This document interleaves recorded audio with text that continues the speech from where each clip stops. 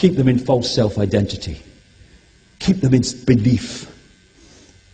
As Mark Twain said, in religion and politics, people's beliefs and convictions are in almost every case gotten at second hand and without examination from authorities who have not themselves examined the questions at issue, but have taken them at second hand from other non-examiners whose opinions about them were not worth a brass farthing.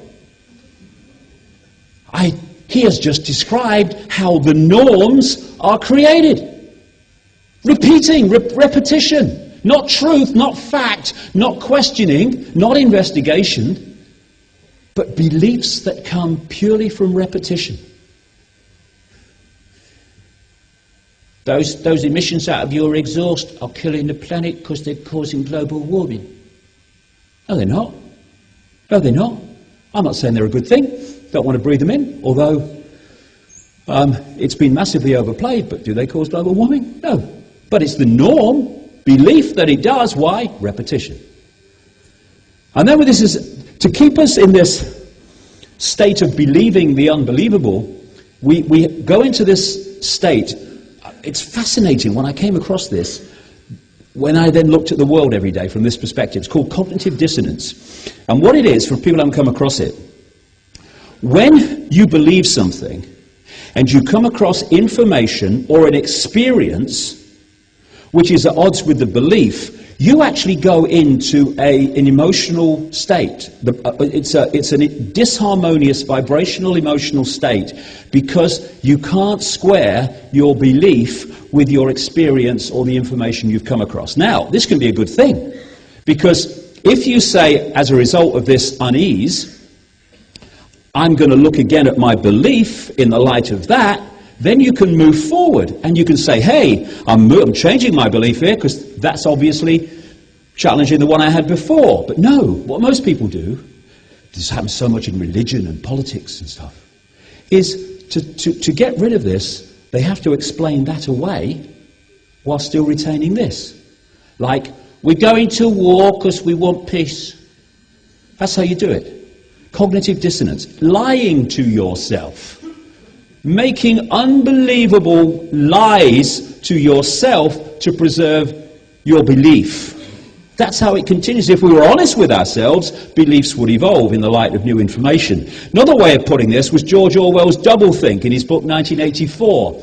Doublethink means the power of holding two contradictory beliefs in one's mind simultaneously and accepting both of them. That's another more extended version of cognitive dissonance, where you can so convince yourself that two opposites are true that you don't actually even have to go into the unease.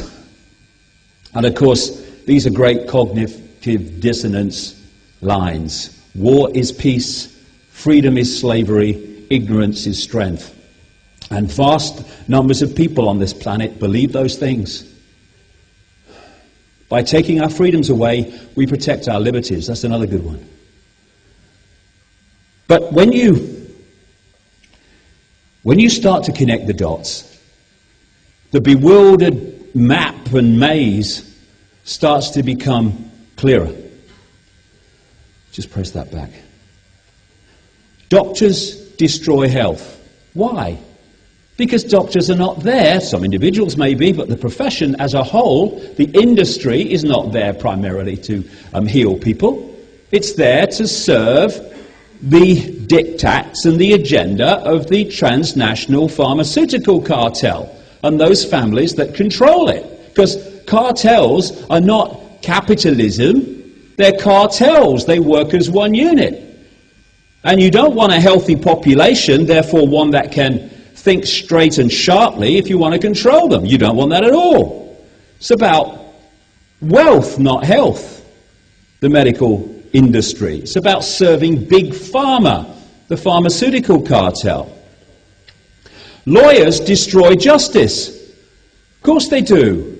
Laws are not there to protect the people overwhelmingly. They're there to impose the will of the system upon the people and keep them in line. So you have to have a legal profession that serves that system primarily, with some honourable exceptions, and therefore justice is not what it's about. It's just about serving the system and arguing black is white in a courtroom. Universities destroy knowledge. If you're a few people, a network of families, and you want to control the entire population, my goodness, do you want people being told things they really need to know through their formative years so they can suss what's going on? No way. You want people to believe a version of reality that suits your agenda, so that's what they get overwhelmingly in education, or what passes for it, with honourable exceptions individually. You know, if you were sitting around a table and you're thinking, how do we get people to see the world the way we want them to see it that suits us? And somebody might say, you know, I don't know whether they'll accept this, but the best thing we can do is take children from the earliest age and have control of their minds from 4 or 5 right through their formative years, right into their teenage years, 5 days a week, maybe more, to tell them what we want them to believe. But that's what we've got. It's called the education system. Education, I think it's about time we had some. Instead, we are given the system's version of reality, filled with all this fake history, fake political science, fake versions of scientific reality. And more, it's in places like America, it's dumb them down, dumb them down. As one great American comedian said, all you need now is virtually a bloody pencil. You got a pencil? Okay, get in there, it's physics. They don't want educated, sharp people, that's the point. And it happens all over the world. We're educating them. No, you're indoctrinating them. And now we've got young people in the formative years when they should be happy and relaxed and enjoying life. Am I going to pass my exams? Will I get an A? Will I get an A star? Will I get a B? Oh my God, my whole future depends on it. Oh my God. Will I be indoctrinated enough to pass?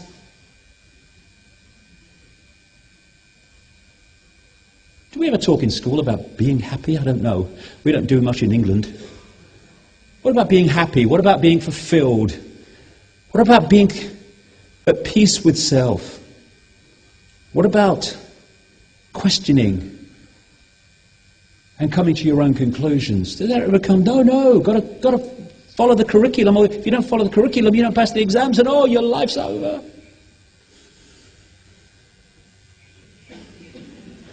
Governments destroy freedom. This is a big, big thing for people to understand who are new to any of this. Governments are not there to serve the people. I know it's obvious to people here, but sometimes you have to make it clear. Governments are there to impose the will of the agenda of these families onto the people. And the people that do it are usually men in dark suits, overwhelmingly. Men in dark suits. It's funny, every time someone comes on in authority, they're in a dark suit. I love it. And they come from certain bloodlines. This is George Bush's, apparently. Apparently his line is about to evolve at some point. I don't know when. This was a head scan he had. Now, let's think about this. 300 million people in America. I know they say anyone can become president in America. It's a nonsense, but I know they say that. But clearly, you do not have to be mentally sharp to become president. All you need is the money and the backing of those who decide the presidency. I mean, this is the one George Bush line. I could have picked hundreds. Our enemies are innovative and resourceful, and so are we. They never stop thinking about new ways to harm our country and our people, and neither do we. Now, this man was President of the United States, please God tell me it's not true, for 8 bloody years. And a few people don't control the world, please. And now, hey, Superman's arrived. Superman, the Buddha, Jesus, and any name you want to put to him. Mr. Fake Obama, who has scammed the American collective psyche on a scale that beggars belief, though many, many people are starting to see the truth of that as we see him in action. But despite Mr. Change Obama, and I'll get into him big time in the second half, we have still this agenda moving on by the day to imprison humanity and to destroy free speech and all that stuff. Nothing changes, even though you have on the surface such an apparently vast change from Bush to Obama. The same agenda continues despite that, because it's all image, and really it's all a scam, and it's all a sleight of hand. Major media destroy information. Of course they do. If you had real journalists investigating what's really going on in the world and telling the people, this whole agenda, this whole global conspiracy will be over in a week. But they don't. And once again, I was a journalist for years in BBC and newspapers and stuff. My goodness. You don't have to be intelligent to be a journalist, and you certainly don't have to be informed. I can tell you that from personal experience. You really don't. In fact, it's a bad career move if you're really informed. Smith, they tell me you're really informed. I think we ought to have a chat in my office. Thanks, nation builders. We couldn't control the people without you. And I say this to journalists who think investigative journalism is reading the morning newspapers and watching the newsroom television. You have children and grandchildren, and they're going to have to live in the world that you're helping to create by not doing the job that you claim to do on your tax form, i.e. being a journalist. Religions destroy spirituality, of course, again, because they are there to keep people from truly understanding the true magnitude and infinite nature of who we are behind all the fronts of bodies and minds and all the rest of it. That's what they're there to do. And what are religions? Rules and regulations. If you believe that, you're not a Catholic. If you believe that, you're not a Jew. If you believe that, you're not a Muslim. Rules and regulations, the common denominator. And what are they? Walls of limitation. The world is crazy, he thinks it's sane. My God. What do? We pepper bomb cities full of civilians as a peacekeeping operation. We've now reached the point where we're so bloody clever, we have the technology to kill more people quicker than ever before. We liberate people by blowing them to pieces. We have children in this state-of-the-art world, signing their names on bombs which are then dropped on other children, message received. And it's all kept from us at the level of where we'll actually do anything about it by the constant hypnotic stuff that we get, the diversions. Game show. Hey, there's a game show on, honey. She's going to win the car. Hey, here's a celebrity. Hey, the celebrities, the new religion. Read People magazine. Read OK. Who's gone to bed with who? Hey, who's got a new big house? Ooh, what's going on there? Oh, shut that noise off, will you? I'm reading this. Let's watch the sport. I love sport. But when sport becomes the focus of everything instead of an add-on to your life, it's a diversion so you don't see. And then we have the newsreaders telling us everything that the system wants us to think is true. That's what they do. But this is the key one, all the time. Be afraid, be very afraid. The big bad monster's coming as soon as we've invented him. Keep people in fear. That's the key. Oh, terrorism. Ah! Oh, global warming. Ah! Swine flu. Ah!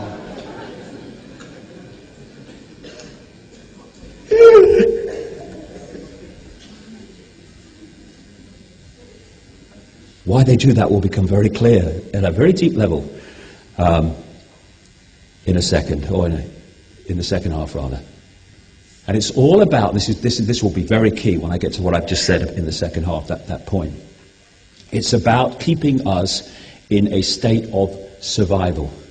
Fearing, not surviving. Not just physically fearing, but not surviving, but not meeting the rent, not surviving in our job, not surviving. And we've reached a point, a real big fork in the road, where we have big choices to make, and not next week, now, over which way we're going to go. Because if things go on as they are, then we will live in a global fascist dictatorship within a decade, and I'm probably being optimistic. However, if we go in another direction, we can bring it tumbling down. We can either go there, or we can go there. And what we do in the next 2 or 3 years is going to fundamentally decide which way we go. That's what they want. They want us so robotic. We think people can be robotic today. Well, treble it, quadruple it, multiply it by 1,000. That's what they want. In effect, barcoded people, nothing more than clones. If we're going to be free, truly free, not what we call freedom now. It's not freedom. It's just a little bit less enslavement.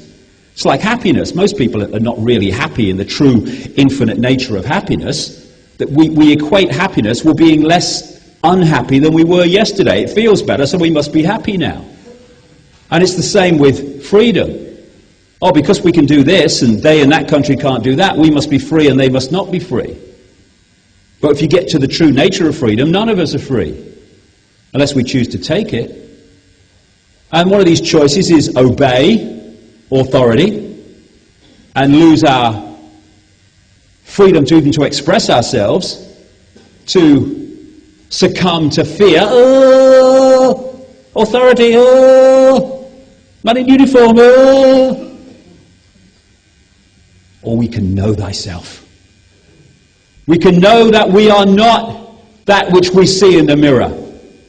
We can see that we are all that is, has been, and ever will be, having an experience in this reality, and we've got caught into believing that we are the vehicle of experience, i.e. this, and not what is having the experience.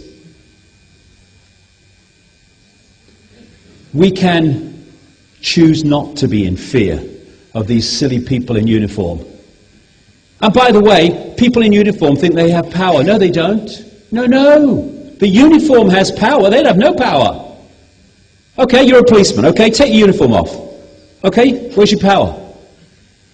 Your power's in the wardrobe, mate, not you.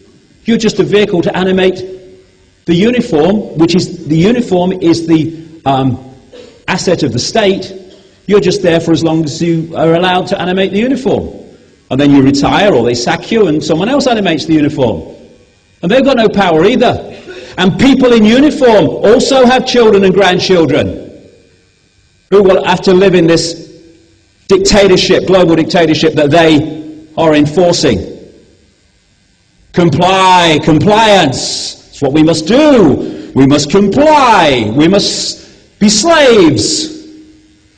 Or we can have no compliance. We can have what I call the no-comply dance, where we cease to cooperate with our own enslavement. Comply!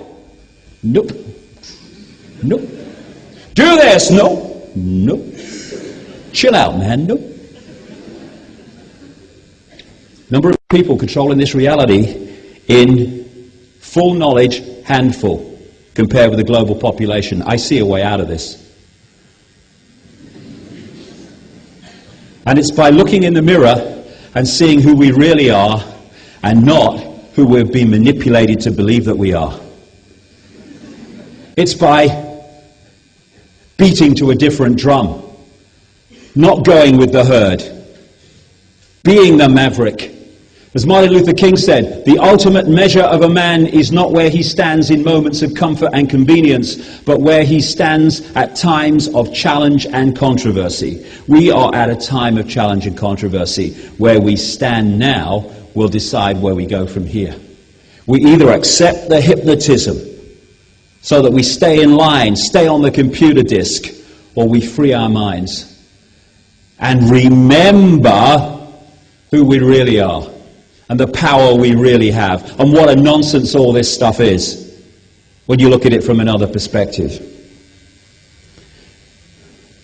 Had before, but no, what most people do, this happens so much in religion and politics and stuff, is to get rid of this, they have to explain that away while still retaining this. Like, we're going to war because we want peace. That's how you do it. Cognitive dissonance. Lying to yourself. Making unbelievable lies to yourself to preserve your belief. That's how it continues. Are created. Repeating, repetition. Not truth, not fact, not questioning, not investigation, but beliefs that come purely from repetition. Those emissions out of your exhaust are killing the planet because they're causing global warming. No, they're not. No, they're not. I'm not saying they're a good thing. Don't want to breathe them in, although it's been massively overplayed, but do they cause global warming? No. Keep them in false self-identity. Keep them in belief. As Mark Twain said, in religion and politics, people's beliefs and convictions are in almost every case gotten at second hand and without examination from authorities who have not themselves examined the questions at issue, but have taken them at second hand from other non-examiners whose opinions about them were not worth a brass farthing.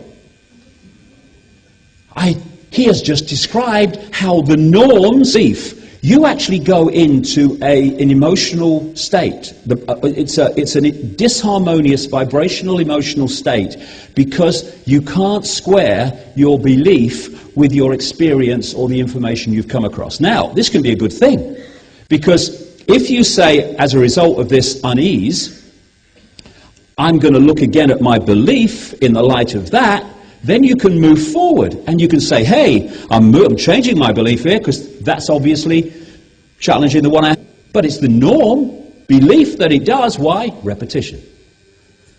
And then this is to keep us in this state of believing the unbelievable, we go into this state.